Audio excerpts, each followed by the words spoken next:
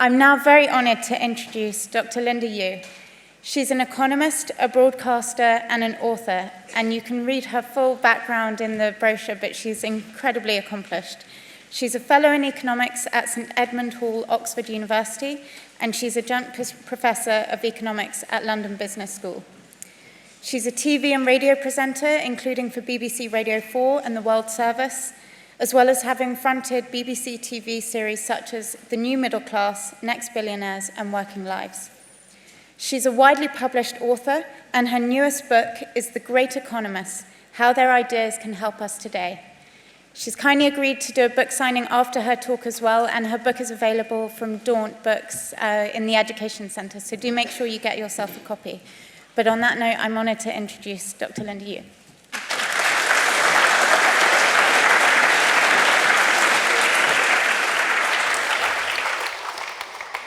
Good morning. It's great to be here, and I'm sure you guys are not here just for the free air conditioning, right? I'm really delighted to speak to you about the Great Economists, about their lives, their ideas, and how they might just be able to help us today. And that was the aim of the book that I had written. And, sorry, it's not... Is there a way to get the slides to obey the tech? Here we go. Okay, super. So the first thing to say is, before I go into the Great Economists, I just want to say a word about economic ideas. So in many ways, economics today has become a bit, I think it's fair to say, narrow. But the great economists, those that I write about, and those who have influenced our society over the past 2 centuries, were broad in the way that they thought about society and how the market should be constituted. And some of those ideas have changed the world, and this is just a smattering up there. And so I suppose the first thing that I would stress is economics today, I think, is best captured by a quote by the former US Congressman Dick Armey, who described it as the science of telling you things you've known your whole life, but in a language that you can't understand. So I want to bring us back to the roots of economics and stress the ways in which ideas can and have changed the world. And so these are just some of the examples. The end of protectionism in the middle of the 19th century. This was the repeal of the Corn Laws. That was a very protectionist measure against imported grains. That heralded a greater opening up of Britain that coincided, of course, with the takeoff of the Industrial Revolution, bringing prosperity not just to Britain, but to other countries which also experienced industrialization in the 19th century and as well, increasingly in the 20th century. So the second one is the emergence of the welfare state over socialism in the 1950s, and that culminated with the fall of communism in the late 1980s. We are at a conference organized by the IEA. I write about the IEA in my book because it's closely associated with Friedrich Hayek. And Friedrich Hayek was an Austrian economist whose ideas around not just free markets, but freedom and capitalism being part of the ideological argument that had to be made to prevent what was at the time, at the early part of the 20th century, the rise of communism and socialism. So you will recall then that was the rise of the Soviet Union and, of course, other communist countries like China. And it wasn't until the end of the Cold War, at the end of the 1980s, that it was thought that this battle of ideas had been won. And Friedrich Hayek lived just to see the fall of the Berlin Wall. So I give these examples as one way to think about why ideas are so influential, but also why ideas change. So the welfare state capitalism that emerged, which gave us the NHS and across the advanced economies, many of the welfare systems that we know today, that was a modification of the capitalism first espoused by Adam Smith in The Wealth of Nations, published in 1776.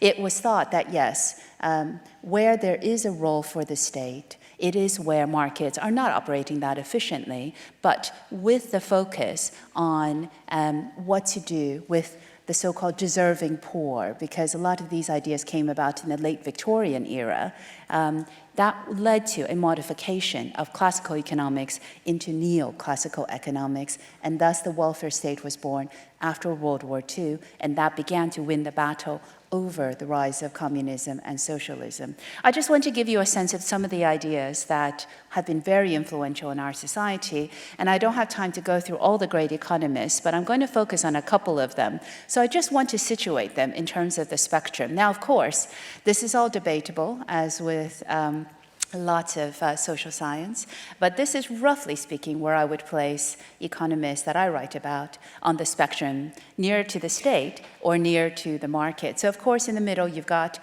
Adam Smith, the father of economics, who started the classical economics strand. And then on the far side, towards the say, you have Karl Marx. On the other side, you have Friedrich Hayek that I spoke about. And I should stress, some of these economists changed their ideas over time. So Joan Robinson, who you see there, I moved closer to the state. That's because she started off as a disciple of John Maynard Keynes, and then disavowed Keynesianism later on in her career and moved towards communism. And just a little anecdote about Joan Robinson. She was one of the 5 people who were entrusted in Keynes's inner circle to review the general theory, Keynes's influential work that launched the Keynesian revolution. She was also married to one of the other members, and she had an affair with another one. So I'd like to think she sort of had a controlling vote on the general theory. So in the book, I cover economic challenges. Every chapter focuses on one of our big challenges. I'm listing them here, and the ideas of the great economists from history who might help us think about it. So I'm just going to, we have a lot of challenges, so that's the first one. And then there's another slide. There's a lot of these. But I'm going to focus in this talk on just a couple. So the 2 questions I'm going to look at is, can China grow rich, and the future of globalization, topics that were suggested to me by the conference organizers, and I think are very topical. So I'm just going to select these 2 from the book to give you a sense of what the answer might be to those questions. So can China grow rich? I think we need to look to Karl Marx, who is the father of communism. His book, The Communist Manifesto, written with Friedrich Engels, laid the foundations for the rise of Marxism and communism really during the latter part of the 19th century. So Karl Marx believed that capitalism always results in crisis, which then leads to revolution and then communism. He was often disappointed in his lifetime because he never lived to see the rise of the Soviet Union and China adopting communism. But because of the disappointments that he experienced, he changed his ideas around what could lead to revolution. So he initially thought the first Great Depression, which was in the latter part of the 19th century, that was when unemployment first appeared in the dictionary. That led to a lot of dissatisfaction with communism. And so he thought, this is it. This is the crisis. We're going to get a communist revolution. When that didn't happen, he decided that wasn't the trigger after all. And it was really inequality.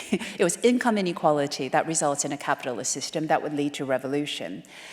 So he never saw that happen in his lifetime. But perhaps when you think about the question, can China grow rich? That might come into it for Marx. But before I show you the chart about where China sits today, Marx was so often disappointed in his lifetime that he his best-known quote isn't actually about economics. It's actually about how the French Revolution never produced the system he thought would come about. So he was, in 1851, he noticed how the French Revolution produced a second Emperor Napoleon, and he said, tragedy repeats itself. The first time, history repeats itself. The first time is tragedy, the second time is farce. And this is, can China grow rich? So this is China's GDP per capita average incomes. And this gives you a sense of where China sits. It's clearly the biggest of emerging economies, but it's nowhere near as rich as advanced economies. So can China grow rich under a communist system which no longer abides by Marxist principles. After the break with the Soviet Union in the 1950s, China really went down more of a Maoist route. And I think the question is, the jury is out on this, but one of the things that China has to overcome is it needs to be more technologically innovative and efficient. And is that possible with the dominance of state ownership in key sectors, state-led innovation in the new Made in China 2025 plan, and the dominance of financing, which is geared towards a state-owned system? All those things are remnants of the communist political system, which still operates, but they're remnants of the economic system that existed in China before 1979. And I think those are some of the things to think about. But I think for Marx, seeing that income inequality today in China is as high as capitalist America, he might say that China is ripe, finally, for a proper communist revolution. The next economist, Great Economist, I want to move to, which then moves, I think, us into the future globalization, is Douglas North. So Douglas North is he started the new institutional economics school. This is a school that rejected the dominant economic models, neoclassical economics, which argue that economic growth comes about through adding factors of production, capital, labor, technology. He said that the work of those economists could not explain why most countries in the world are not rich and why nations fail. He says that institutions are what's missing from mainstream economic models. So he thinks that even though it's difficult to measure, things like democracy, rule of law, good institutions, good governance, that's what distinguishes most countries in the world from the countries which are the few handful of countries that have become rich. So even today, only a quarter of the world's economies are high income, and only 13 countries have become rich since 1960. So out of 101 middle-income countries, only 13 had become wealthy by 2008. And Douglas North's theories help us think about how nations can become rich. And his work was very influential in recrafting development policies, which have done something extraordinary since 1990, which is to lift over 1 billion people out of extreme poverty. So now we have, for the very first time, 10% of the world's population living on less than $1.90 per day, adjusted for what a dollar buys in their country. In 1990, over a third of the world lived in extreme poverty. So his ideas, especially around institutions and history matters, were very influential in helping lift many, 1 billion people out of poverty. And it's hoped that by 2030, we could see the eradication of extreme poverty on current trends. Now, that would mean for the very first time in 2030, more than half of the world will be middle class. We have never seen that before. So the work of this great economist and other development economists who came after him paved the way to this point where in just 12 years, we could see 4.9 billion people in the middle class out of a global population of 8.6 billion. That would be remarkable. But that's the benefit, in part, of globalization, as well as introducing market-based reforms into developing countries. The issue with globalization in developed countries is that, yes, worldwide, it has been a benefit to a lot of people, as we've just discussed. But globalization, you could argue, is in trouble, or it's facing a backlash in a lot of advanced economies.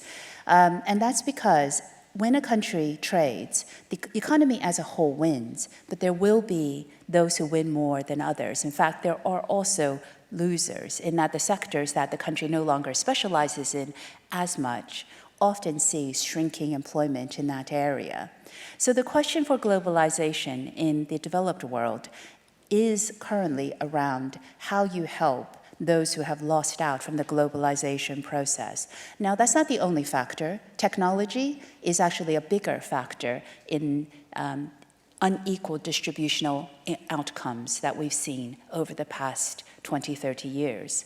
But it's a number of factors. But the debate that we're currently having is whether redistribution, which of course is the welfare system, is enough. And for a lot of countries which are dissatisfied with globalization, that doesn't necessarily seem to be. Pre-distribution, which is focused on equipping the workforce with more flexible skills, that is a more promising route that economists are currently now debating. The evidence is out on this because, evidence is unclear on this because for many, many years, economists believed it's very difficult to retrain a worker who's lost their manufacturing job to work in the services sector. But I was giving a talk in Bristol recently, and one of the panelists, economists, said this, and a couple of gentlemen in the audience raised their hands and said, we're in our 50s and we're learning to code. So I think this is debate that needs to be had. The Great Economists whose work really details how you address the distributional impact of globalization is Paul Samuelson. He was a great economist who advised a number of American presidents.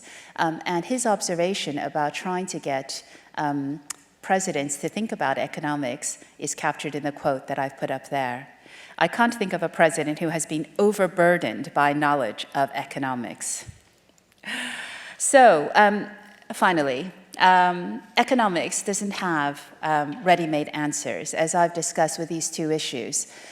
Economists and others look at the big questions of the day. Economists used to do it more than they do today. And I'm hopeful with the big debates we're having over some of the most pressing questions of our time, economics moves back to its roots of tackling big questions, even if the answers are not mathematical or that easily quantifiable. And sometimes economists get it wrong, but attempting to address the big issues of the day is what made these great economists great. And I suppose, to me, the best reason to know some economics is this quote by Joan Robinson, who said, "The purpose of studying economics is not to acquire a set of ready-made answers to economic questions, but to learn how to avoid being deceived by economists." And if you want to read about more of the other great economists that I haven't had a chance to mention and some of the answers that I put forward, they're in the book. So thank you very much for your attention this morning, and I'm happy to take questions.